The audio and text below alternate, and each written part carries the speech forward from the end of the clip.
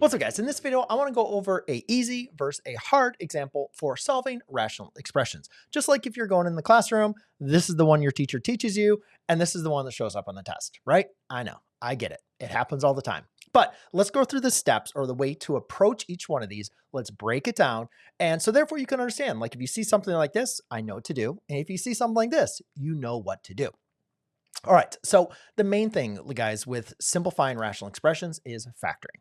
Factoring, factoring, factoring. You have to have a foundation for understanding how to factor. Now, in this example, the reason why it's an easy one is because we have two quadratics, right? And hopefully at this stage in the game, you have at least seen multiple of these examples, even if you're not the best student at factoring. It's okay. Practice makes perfect. Keep on working on those skills. But I want you to kind of recognize those relationships that you see. In the first example, you can see I see a binomial. And whenever we're looking at a binomial, I'm always thinking, do I have a difference of two squares or different, we're thinking quadratics, difference of two squares, or am I factoring out the GCF? I don't have anything I can factor out in between these two terms. So I'm going to think of, hey, is this the difference of two squares?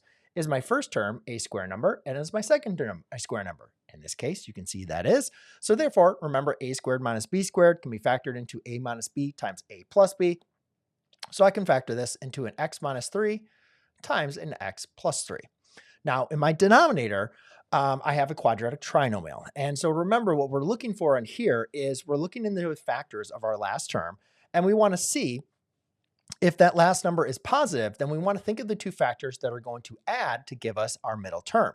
Now, since our middle term is negative, we know both of these two factors have to both be negative, right? Because a negative times a negative gives us a positive number, and a negative plus a negative is going to give us that middle term. So thankfully, the factors of 3 are rather simple, 3 and 1, or negative 3 and negative 1. So the only two of those two factors that are going to add to give me a negative 4 is going to be a x minus 3 times a x minus 1.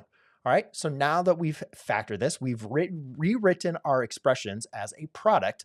Now what we can do is apply what we call the division property.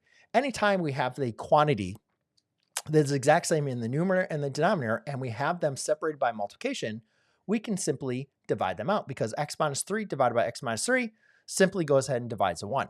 I can't divide these x's right over here because a lot of times students will want to do that. We get x plus 3 divided by x minus 1. And they say, oh, Mr. McLogan, I have x's in the numerator and denominator. So I can divide those out just like you did up here. The difference is these parentheses or these quantities are separated by multiplication. So we can apply the division property. Over here, we cannot apply the division property because these terms are separated by multiplication. It's the same thing like this. If I had a 3x divided by let's say a negative or negative x, then yes, now you can see the terms are separated by multiplication, so you could go ahead and divide them. But that only works when terms are separated by multiplication, not addition or subtraction. So this would be our final answer. You could go through, still your discontinuities. This would be a removable discontinuity. This is a non-removable discontinuity. There's a lot we can get into simplifying rational expressions, but let's just kind of focus on the process.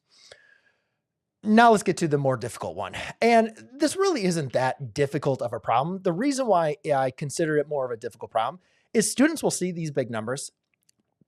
They'll see the big polynomials and they're like, I don't know how to do it, right? And we just don't get a lot of practice with cubics compared to what we do for quadratics. So a lot of students will make mistakes on these. A lot of students will forget how to go ahead and do this. So that's why I wanted to make sure I can approach it, because if you see a problem like this on your test, even though your teacher did this, your example, we want to make sure you have that foundation and you are confident being able to solve these types of, or factor these types of polynomials. So therefore you can simplify the rational expression.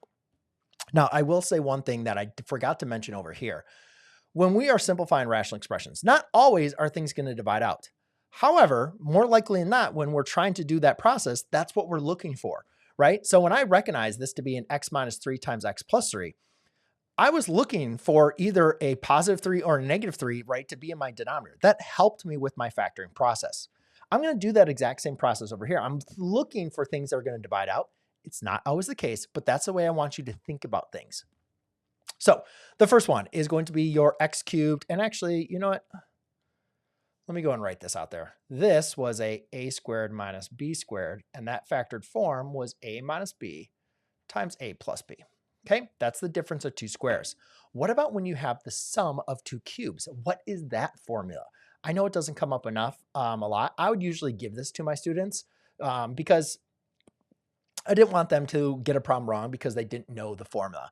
And I'm a true believer that if you do enough of these examples, you will remember this formula, right? As you at least are doing it. And if you don't remember it, you're not doing enough examples. So keep on working through it and practice. And trust me, just going over some basic examples will help you reinforce to remember the formula. So a cubed plus b cubed. How can I rewrite that in factor form? That is simply going to be an a plus b times a squared minus ab plus a b squared. Just enough room, okay? So that is going to be your factor form. Now again, that only works when you have a sum of two cubes, meaning the first term is a cube number and the second term is a cube number. So I know obviously I have my first term as a cube number, that's x cubed. Is 8 the same thing as a cube number? Yes, you can think about that as 2 cubed, right? 2 times 2 times 2 is 8. So here you guys can see I have a sum of two cubes.